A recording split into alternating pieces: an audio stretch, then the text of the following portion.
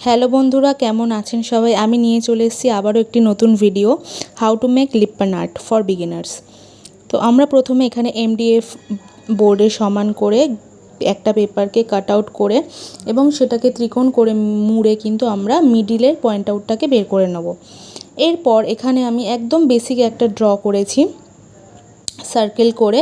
সুন্দর করে আপনারা প্রথমে ইচ্ছে মতো ড্রটা কমপ্লিট করে নেবেন।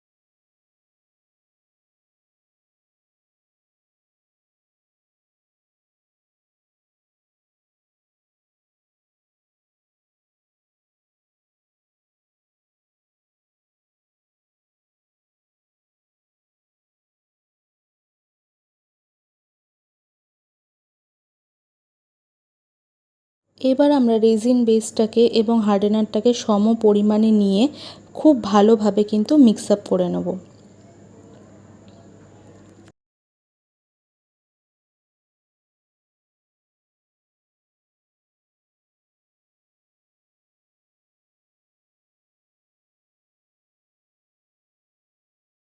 এইবার হাতে একটু পাউডার নিয়ে এবং যেই সারফেসে আপনি রোলটা বানাবেন সেখানে একটু পাউডার ছড়িয়ে নিয়ে কাজটা করবেন, এতে কিন্তু স্টিকিনেসটার জন্য অসুবিধাটা হবে না।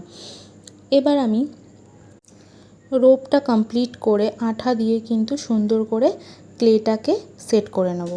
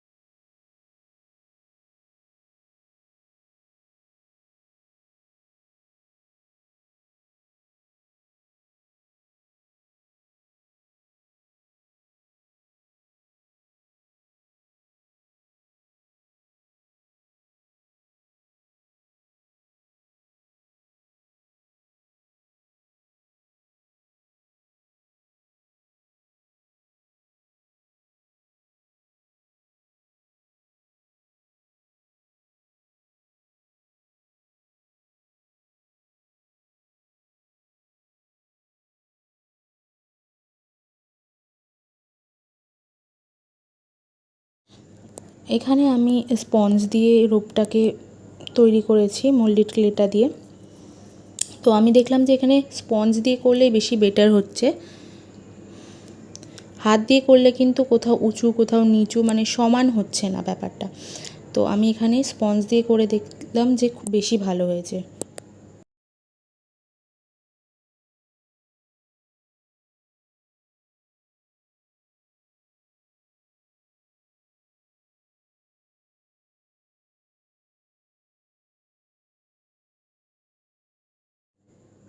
এখানে আমি ফার্স্টে রোপের মতো ডিজাইনটা দিয়েছি এবং মিডিলের যে ছোট গোলটা সেখানে ডট ডট দিয়েছি এবং তারপরের রাউন্ডটায় আমি মানে বরফি বরফি শেপ দেওয়ার চেষ্টা করেছি।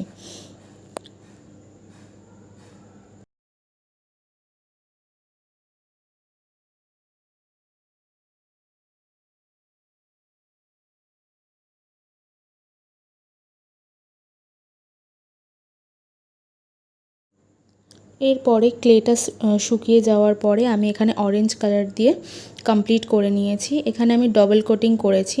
ডবল কোটিং করার পরে আমি মোল্ডেড ক্লেটার ওপরে কিন্তু হোয়াইট কালার দিয়েছি। এখানে আপনারা যতটা পারবেন অ্যাভয়েড করবেন যাতে মোল্ডেড ক্লের উপরে যেন অন্য কালার না আসে, কারণ আমি যখন কাজ করছিলাম তো কখন ভুল করে লেগে গেছিলো অনেক জায়গাতেই। তো যখন হোয়াইটটা আমি পুট করছিলাম কালার, তো তখন কিন্তু ভীষণই অসুবিধা হচ্ছিল। তো এটা আপনারা যতটা পারবেন অ্যাভয়েড করার চেষ্টা করবেন।